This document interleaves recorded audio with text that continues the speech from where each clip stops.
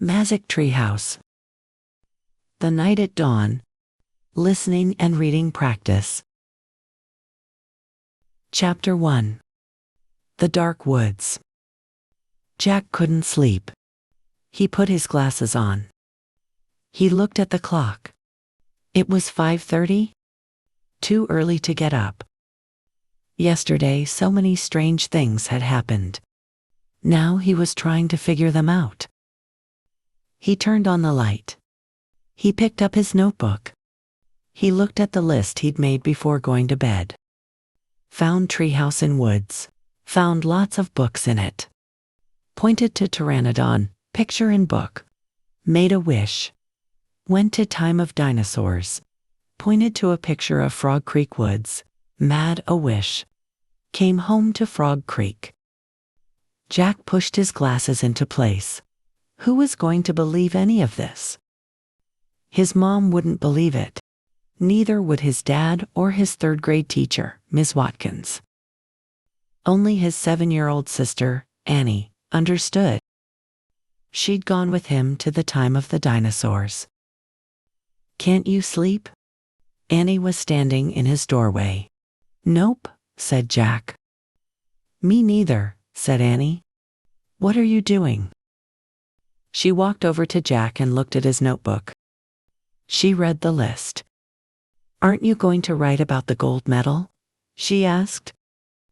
"You mean the gold medallion," said Jack. He picked up his pencil and wrote, "Found this in dinosaur time."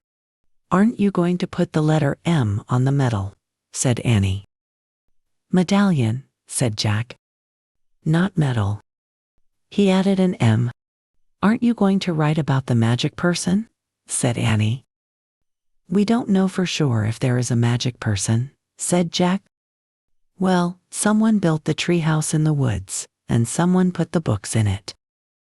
"Someone lost a gold medal in dinosaur time," said Annie. "Medallion," said Jack for the third time. "And I'm just writing the facts. The stuff we know for sure." "Let's go back to the treehouse right now," said Annie. "And find out if the magic person is a fact." "Are you nuts?"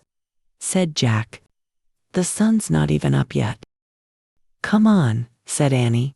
"Maybe we can catch them sleeping." "I don't think we should go there," said Jack. He was worried. What if the magic person was mean? What if he or she didn't want kids to know about the treehouse? "Well, I'm going," said Annie. Jack looked out his window at the dark gray sky. It was almost dawn. He sighed. "Okay, go get dressed. I'll meet you at the back door. Be quiet." "Yay," whispered Annie. She tiptoed away as quietly as a mouse. Jack put on jeans, a warm sweatshirt, and sneakers. He tossed his notebook and pencil in his backpack. He crept downstairs. Annie was waiting by the back door. She shined a flashlight in Jack's face. "Ta-da, a magic wand," she said. "Don't wake up, Mom and Dad," whispered Jack. "And turn that flashlight off. We don't want anyone to see us." Annie nodded and turned the flashlight off.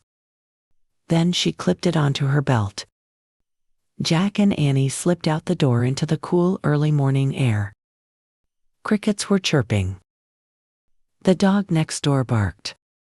"Quiet, Henry," whispered Annie. Henry stopped barking. Animals always seemed to do what Annie said. "Let's run," said Jack. Jack and Annie dashed across the dark, wet lawn and didn't stop until they reached the Frog Creek Woods. "We need the flashlight now," said Jack. Annie took it off her belt and switched it on. Step by step, she and Jack walked between the trees. Jack held his breath. The dark woods were a little scary. "Gotcha," said Annie, shining the flashlight in Jack's face. Jack jumped back. Then he frowned. "Cut it out," he said. "I scared you," said Annie. Jack glared at her. "Stop pretending," he whispered. "This is serious." "Okay, okay." Annie shined her flashlight into the tops of the trees. "Now what are you doing?" said Jack. "Looking for the treehouse." The light stopped moving. The mysterious treehouse sat high in the branches of the tallest tree in the woods. Annie shined her light down the long rope ladder. "I'm going up," she said. Still holding the flashlight, she began to climb. "Wait," Jack called. "What if someone was in the treehouse?" "Annie, come back." But Annie was gone. The light had disappeared.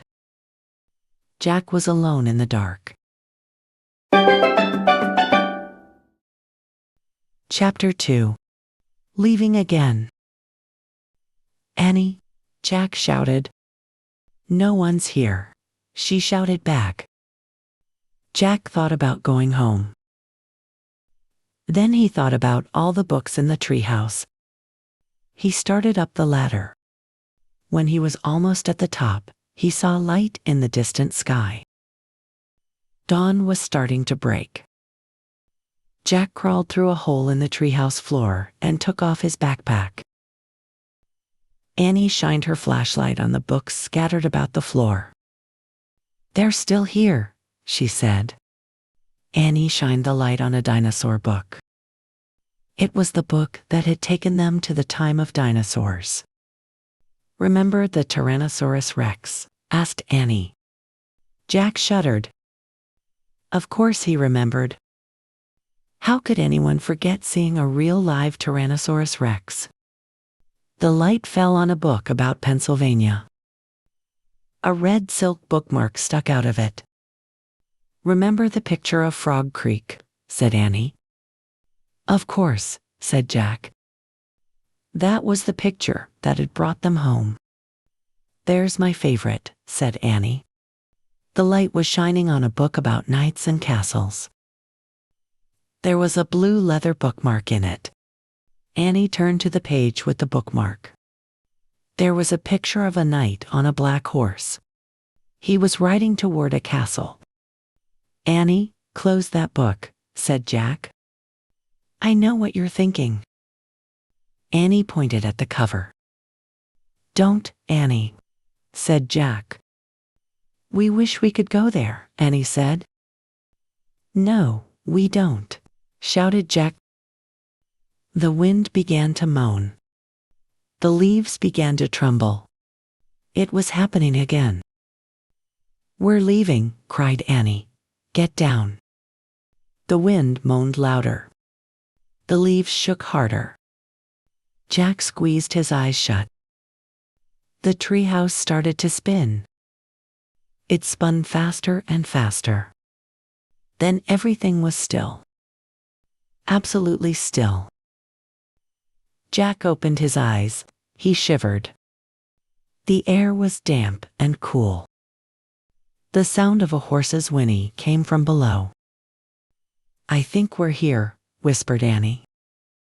She was still holding the castle book. Jack peeked out the window. A huge castle loomed out of the fog. Jack looked around. The treehouse was in a different oak tree. "Look," said Annie. Down below, a knight on a black horse was riding by. "Oh man," said Jack, "that's incredible. But we can't stay here. We have to go home and make a plan first." He picked up the book about Pennsylvania. He opened it to the page with the red silk bookmark. He pointed to the photograph of the Frog Creek woods. "I wish." "No," said Annie. She yanked the book away from him. "Let's stay. I want to visit the castle." "You're nuts." "We need to examine the situation," said Jack. "From home." "Let's examine it here," said Annie. "Come on, Annie." Jack held out his hand. "Give it." Annie gave Jack the book. "Okay, you can go home. I'm staying, she said. She clipped the flashlight to her belt. Wait, said Jack. I'm going to take a peek. A teeny peek, she said. And she scooted down the ladder. Jack groaned. Okay, Annie won. He couldn't leave without her. Besides, he sort of wanted to take a peek himself. Jack put down the book about Pennsylvania. He dropped the castle book into his pack. He stepped onto the ladder and headed into the cool, misty air. Chapter 3. Across the bridge. Annie was under the tree, looking across the foggy ground. The knight's riding toward that bridge, I think, said Annie. The bridge goes to the castle. Wait, I'll look it up, said Jack. Give me the flashlight. He took the flashlight from Annie and pulled the castle book out of his pack. He opened it to the page with the leather bookmark. He read the words under the picture of the knight. This is a knight arriving for a castle feast. Knights wore armor when they traveled long and dangerous distances. Armor was very heavy. A tournament helmet could weigh up to 40 pounds. Wow, Jack had weighed 40 pounds when he was 5. It would be like riding a horse with a 5-year-old on your head, he thought. Jack pulled out his notebook. He wanted to take notes, as he'd done on their dinosaur trip. He wrote, Heavy head. What else? He turned the pages of the castle book. He found a picture that showed the whole castle and the buildings around it. The knight's crossing the bridge, said Annie. He's going through the gate. He's gone. Jack studied the bridge in the picture. He read, A drawbridge crossed the moat. The moat was filled with water to help protect the castle from enemies. Some people believe crocodiles were kept in the moat. Jack wrote in his notebook, Crocodiles in moat. Look, said Annie, peering through the mist. A windmill, right over there. Yeah, there's a windmill in here, too, said Jack, pointing at the picture. Look at the real one, Jack, said Annie. Not the one in the book. A piercing shriek split the air. Yikes, said Annie. It sounded like it came from that little house over there. She pointed through the fog. There's a little house here, said Jack, studying the picture. He turned the page and read. The hawk house was in the inner ward of the castle. Hawks were trained to hunt other birds and small animals. Jack wrote in his notebook. Hawks in hawk house. We must be in the inner ward, said Jack. Listen, whispered Annie. Do you hear that? Drums, horns, they're coming from the castle. Let's go see. Wait, said Jack. He turned more pages of the book. I want to see what's really going on, Jack. Not what's in the book, said Annie. But look at this, said Jack. He pointed to a picture of a big party. Men were standing by the door, playing drums and horns. He read, Feasts were held in the great hall. Fanfares were played to announce different dishes in a feast. You can look at the book. I'm going to the real feast, said Annie. Wait, said Jack, studying the picture. It showed boys his age carrying trays of food. On the trays were peacocks with all their feathers, whole pigs, and pies. Peacocks, Jack thought. He wrote, They eat peacocks. Jack held up the book to show Annie. Look, I think they eat. Where was she? Jack looked through the fog. He heard the real drums and the real horns. He saw the real hawk house, the real windmill, the real moat. He saw Annie dashing across the real drawbridge. Then she vanished through the gate leading to the castle. Chapter 4. Into the castle. "Oh, brother," muttered Jack. He threw his stuff into his pack and moved toward the drawbridge. He hoped no one would see him. It was getting darker. When Jack got to the bridge, he started across. The wooden planks creaked under his feet. He peered over the edge of the bridge. Are there any crocodiles in the moat? He wondered. He couldn't tell. "Halt!" someone shouted. A guard on top of the castle wall was looking down. Jack dashed across the bridge. He ran through the castle gate and into the courtyard. He heard the sounds of music, shouting, and laughter. Jack hurried to a dark corner and crouched down. He shivered as he looked for Annie. Torches lit the high wall around the courtyard.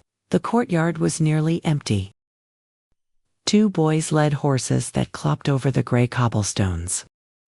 One of them was the knight's black horse. "Puss, Jack." Jack peered into the darkness. There was Annie. She was hiding behind a well in the center of the courtyard. She waved at him. Jack waved back. He waited until the boys and horses disappeared inside the stable. Then he dashed to the well. "I'm going to find the music," whispered Annie. "Are you coming?" "Okay," Jack said with a sigh. They tiptoed together across the cobblestones. Then they slipped through the entrance of the castle. Laughter and music came from a bright room in front of them. They stood at the doorway and peeked in. "The feast in the great hall," whispered Jack. He held his breath as he stared in awe. A giant fireplace blazed at one end of the noisy room. Antlers and rugs hung on the stone walls. Flowers covered the floor. People in bright clothes and funny hats strolled among the crowd. Some played oddly shaped guitars. Some juggled balls in the air. Some balanced swords on their hands. Boys in short dresses carried huge trays of food. Dogs were fighting over bones under the tables. Men and women dressed in capes and furs sat at long, crowded wooden tables. "I wonder which one is the knight," said Jack. "I don't know," whispered Annie. "But look, they're all eating with their fingers." "Halt!" someone shouted behind them. Jack whirled around. A man carrying a tray of pies was standing a few feet away. "Who art thou?" he asked angrily. "Jack," squeaked Jack. "Annie," squeaked Annie. Then they ran as fast as they could down a dimly lit hallway. Chapter 5. Trapped.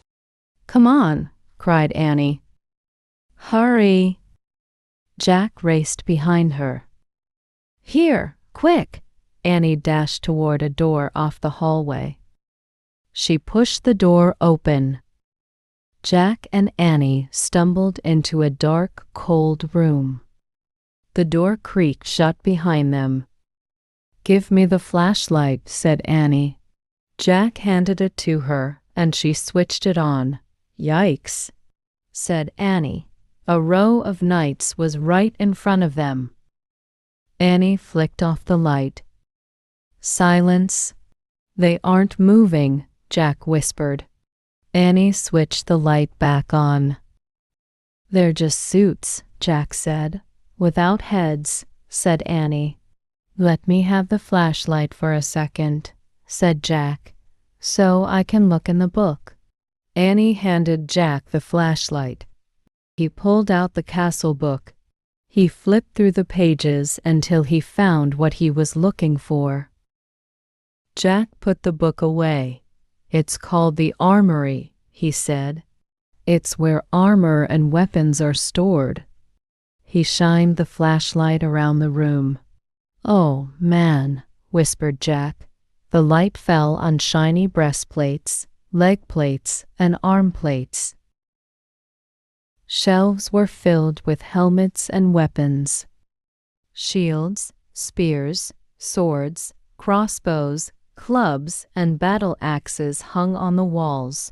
Voices came from the hallway. Let's hide, said Annie. Wait, said Jack.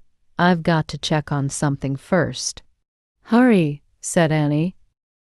It'll take just a second, said Jack. Hold this. He handed Annie the flashlight. He tried to lift a helmet from a shelf. It was too heavy. He bent down and dragged the helmet over his head. The visor slammed shut. Oh man, thought Jack. This is worse than having a 5-year-old on my head. It's like having a 10-year-old on my head. Not only could Jack not lift his head, he couldn't see anything either. Jack, Annie sounded far away. They're getting closer. Turn off the flashlight. Jack's voice echoed inside the metal helmet. He struggled to get the helmet off. Suddenly he lost his balance and went crashing into other pieces of armor. Metal plates and weapons clattered to the floor. Jack lay on the floor in the dark. He tried to get up, but his head was too heavy.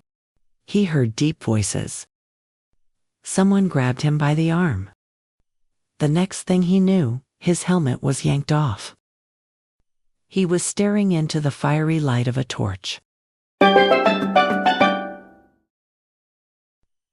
Chapter 6. Ta-da! In the torchlight, Jack saw 3 huge men standing over him. One with very squinty eyes held the torch. One with a very red face held Jack, and one with a very long mustache held on to Annie. Annie was kicking and yelling. Stop, said the one with the very long mustache. Who art thou? Said the one with the very red face. Spies, foreigners, Egyptians, Romans, Persians, said the squinty-eyed one. No, you dummies, said Annie. Oh, brother, Jack muttered. Arrest them, said Red Face. The dungeon, said Squinty Eyes. The guards marched Jack and Annie out of the armory. Go, said a guard, giving him a push. Jack went. Squinty, Annie, Mustache, Jack, and Red marched down the long, dark hallway. They marched down a narrow, winding staircase. Jack heard Annie shouting at the guards. Meanies, we didn't do anything. The guards laughed. At the bottom of the stairs was a big iron door with a bar across it. Squinty lifted the bar. He shoved the door, and it creaked open. Mustache and Red pushed Jack and Annie into a cold, clammy room. The fiery torch lit the dungeon. There were chains hanging from the filthy walls. Water dripped from the ceiling, making puddles on the stone floor. It was the creepiest place Jack had ever seen. We'll keep them here till the feast is done. Then turn them over to the Duke, said Squinty. He knows how to take care of thieves. There will be a hanging tomorrow, said Mustache. If the rats don't get them first, said Red. They all laughed. Jack felt his backpack move. Annie was quietly opening it. Come on, let's chain the 2 of them, said Squinty. The guards started toward Jack and Annie. Annie whipped her flashlight out of Jack's pack. Ta-da, she yelled. The guards froze. They stared at the shiny flashlight in Annie's hand. Annie switched on the light. The guards gasped. They jumped back against the wall. Squinty dropped the torch. It fell into a dirty puddle on the floor, sputtered, and went out. My magic wand, Annie said, waving the flashlight. Get down, or I'll wipe you out. Jack's mouth dropped open. Annie fiercely pointed her light at Squinty, then at Mustache, and then at Red. Each howled and covered his face. Down, all of you. Get down, shouted Annie. One by one, the guards knelt down on the wet floor. Jack couldn't believe it. Come on, Annie whispered to Jack. Let's go now. Jack looked at the open doorway. He looked at the guards quaking on the ground. Hurry, said Annie. In one quick leap, Jack followed Annie out of the terrible dungeon. Chapter 7. A Secret Passage. Annie and Jack raced back up the winding stairs and down the long hallway. They hadn't gone far when they heard shouting behind them. Dogs barked in the distance. "They're coming," Annie cried. "In here," said Jack. He shoved open a door off the hallway and pulled Annie into a dark room. Jack pushed the door shut. Then Annie shined her flashlight around the room. There were rows of sacks and wooden barrels. "I'd better look in the book," said Jack, pulling out the book and flipping through the pages. "Shh," said Annie. "Someone's coming." Jack and Annie jumped behind the door as it creaked open. Jack held his breath. A light from a torch danced wildly over the sacks and barrels. The light disappeared. The door slammed shut. "Oh man," whispered Jack. "We have to hurry. They might come back." His hands were trembling as he turned the pages of the castle book. "Here's a map of the castle," he said. "Look, this must be the room we're in." "It's a storeroom." Jack studied the room in the book. "These are sacks of flour and barrels of wine." "Who cares? We have to go," said Annie, "before they come back." "No, look," said Jack. He pointed at the map. "There's a trapdoor." He read aloud. "In this castle, a trapdoor led from the storeroom through a secret passage to a precipice over the moat." "What's a precipice?" said Annie. "I don't know. We'll find out," said Jack. "But first, we have to find the trapdoor." Jack looked at the picture carefully. Then he shined the flashlight around the room. The floor of the room was made of stones. The trapdoor in the picture was 5 stones from the door to the hallway. Jack shined the light on the floor and counted the stones out loud. 1, 2, 3, 4, 5. He stamped on the 5th stone. It was loose. Jack put the flashlight on the floor. He worked his fingers under the thin slab of stone and tried to lift it. "Help," Jack said. "It's heavy." Annie helped Jack lift the stone square out of its place. Underneath was a small wooden door. Jack and Annie tugged on the rope handle of the door. The door fell open with a thunk. Jack picked up the flashlight and shined it down the hole. "There's a little ladder," he said. "Let's go." He clipped the flashlight onto his belt and felt his way down the small ladder. Annie followed. When they reached the bottom of the ladder, Jack shined the light around them. There was a tunnel. Jack crouched down and began moving through the damp, creepy tunnel. The flashlight dimly flickered across the stone walls. He shook the light. "Were the batteries going dead?" "I think our light's dying," he said to Annie. "Hurry," she called from behind him. Jack went faster. His back hurt from crouching. The light got dimmer and dimmer. Jack was desperate to get out of the castle before the batteries died completely. Soon he reached another small wooden door. It was the door at the end of the tunnel. Jack unlatched the door and pushed it open. He poked his head outside. He couldn't see anything in the misty darkness. The air felt cool and fresh. He took a deep breath. "Where are we?" whispered Annie behind him. "What do you see?" "Nothing. But I think we've come to the outside of the castle," said Jack. "I'll find out." Jack put the flashlight in his pack. He put the pack on his back. He stuck his hand out the door. He couldn't feel the ground. "I'm going to have to go feet first," he said. Jack turned around in the small tunnel. He lay down on his stomach. He stuck one leg out the door, then the other. Jack inched down, bit by bit, until he was hanging out the door, clinging to the ledge. "This must be the precipice," he called to Annie. "I can't touch the ground. Pull me up." Annie reached for Jack's hands. I can't hold you, she said. Jack felt his fingers slipping. Then down he fell through the darkness. Splash. Chapter 8.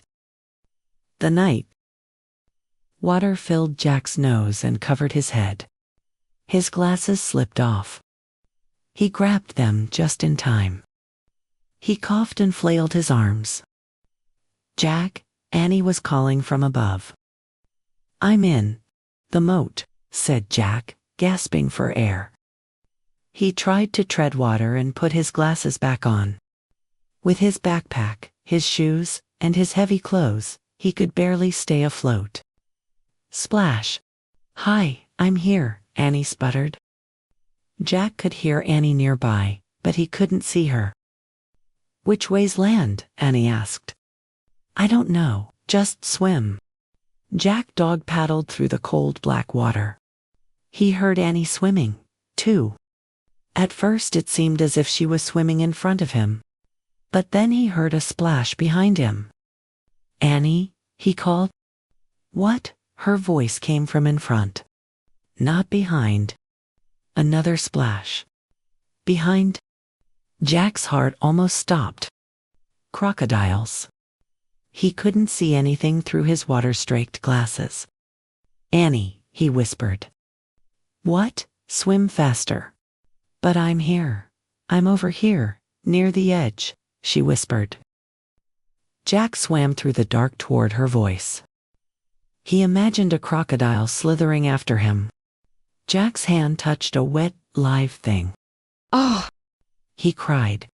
It's me, take my hand, said Annie. Jack grabbed her hand. She pulled him to the edge of the moat. They crawled over an embankment onto the wet grass. Oh man, Jack said. He was shivering all over. His teeth were chattering. He shook the water off his glasses and put them back on. It was so misty he couldn't see the castle. He couldn't even see the moat, much less a crocodile. We made it, said Annie. Her teeth were chattering, too. I know, said Jack. But where are we? He peered at the foggy darkness. Where was the drawbridge? The windmill. The hawk house, the grove of trees, the treehouse. Everything had been swallowed up by the thick, soupy darkness. Jack reached into his wet backpack and pulled out the flashlight. He pushed the switch. Nothing happened. The batteries were dead. They were trapped, but not in a dungeon. They were trapped in the still, cold darkness. Neef! A horse's whinny echoed through the night. The clouds parted. A full moon was shining in the sky. A pool of light spread through the mist. Jack and Annie saw a shadowy figure just a few feet away. It was the knight. The knight sat on the black horse. His armor shone in the moonlight. A visor hid his face, but he seemed to be staring straight at Jack and Annie. Chapter 9. Under the Moon. Jack froze. It's him, Annie whispered. The knight held out his gloved hand. Come on, Jack, Annie said. Where are you going? Said Jack. He wants to help us, said Annie. How do you know? Said Jack. I can just tell, said Annie. Annie stepped toward the horse. The knight dismounted. The knight picked Annie up and put her on the back of his horse. Come on, Jack, Annie called. Jack moved slowly toward the knight. The knight lifted him up, too, and put him on the horse, behind Annie. The knight then got on behind them.